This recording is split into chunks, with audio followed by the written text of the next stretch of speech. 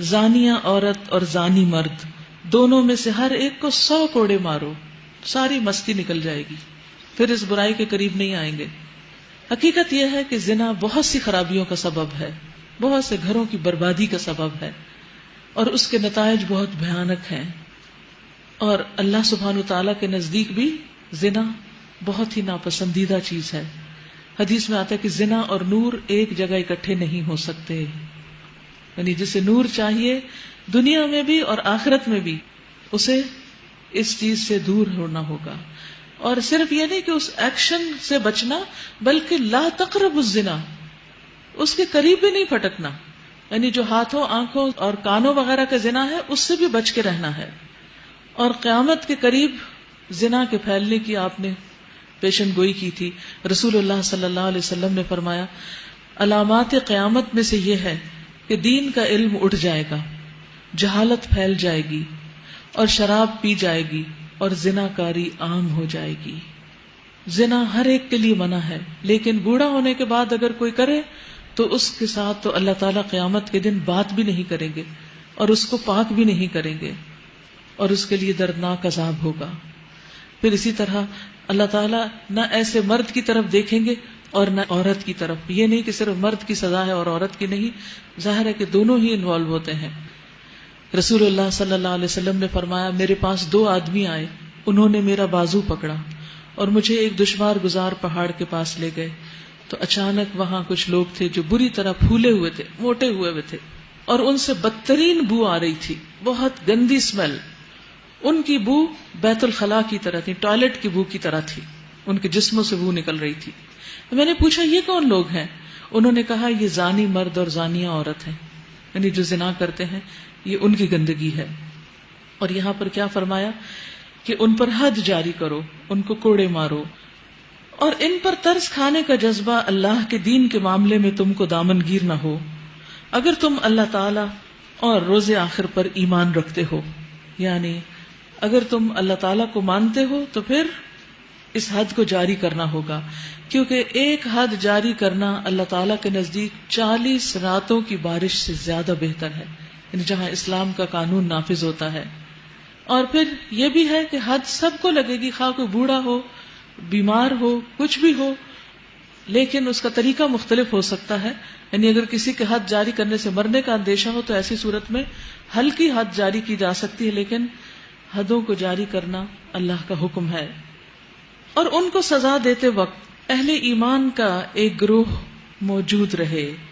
یعنی یہ حد، یہ سزا سب کے سامنے دی جائے تاکہ دیکھنے والے بھی مار پڑتی دیکھ کر عبرت پکڑیں اور اس سے باز آئیں۔ الزانی لا ينکح الا زانیۃ او مشرکہ، زانی نکاح نہ کرے مگر زانیہ کے ساتھ، یعنی ایسے لوگوں کی شادی بھی پھر آپس میں ہی ہونی چاہیے، پاک لوگوں سے زانی لوگوں کی شادی نہیں ہونی چاہیے۔ اور یہاں پر آپ دیکھیں کہ زنا اور شرک کو ساتھ ساتھ مینشن کیا گیا، یعنی جس طرح شرک کبیرہ گناہ ہے اسی طرح زنا بھی کبیرہ گناہ ہے، کیونکہ شرک میں بھی شراکت ہوتی ہے اور زنا میں بھی شراکت ہوتی ہے اپنے اصل شوہر یا بیوی کے حق کے ساتھ۔ تو زانی نکاح نہ کرے مگر زانیہ کے ساتھ یا مشرکہ کے ساتھ، یعنی ایسے شخص کو پھر مومن عورت نہیں دی جانی چاہیے۔ اور زانیہ کے ساتھ نکاح نہ کرے مگر زانی یا مشرک، یہ حرام کر دیا گیا ہے اہل ایمان پر۔ یعنی جب یہ بات ثابت ہو جائے کہ کوئی شخص واقعی زنا کرتا ہے یا اس پر حد جاری ہو جائے، اس شخص کا معاملہ کھل جائے، تو پھر اس کا نکاح پاک دامن عورت سے نہیں ہوگا۔ ہاں اگر کسی کا عیب چھپا ہوا ہے تو وہ اللہ کو پتا ہے، اس کے معاملے میں چھپی ہوئی باتوں کے بارے میں تو کوئی کسی کا کچھ نہیں کر سکتا، اور کون کن کن غلط راستوں پہ چل چکا ہے اور اب اس کا نکاح کسی نیک پاک مرد یا عورت سے ہو رہا ہے، تو یہ راز اللہ کو معلوم ہے، تو پھر اللہ سبحانہ وتعالی ہی جو چاہے معاملہ کرے۔ لیکن دنیا کا قاعدہ بتا دیا گیا، والذین یرمون المحصنات ثم لم یأتوا بأربعۃ شہداء، اور جو لوگ پاک دامن عورتوں پر تہمت لگائیں پھر 4 گواہ لے کر نہ آئیں، ان کو 80 کوڑے مارو، 80 کوڑے مارو، اور ان کی شہادت کبھی قبول نہ کرو، اور وہ خود ہی فاسق ہیں سوائے ان لوگوں کے جو اس حرکت کے بعد تائب ہو جائیں اور اصلاح کر لیں کہ اللہ ضرور ان کے حق میں غفور الرحیم ہے۔ یعنی اس سے یہ پتہ چلتا ہے کہ اسلام اس بات کو سخت کنڈیم کرتا ہے، ناپسند کرتا ہے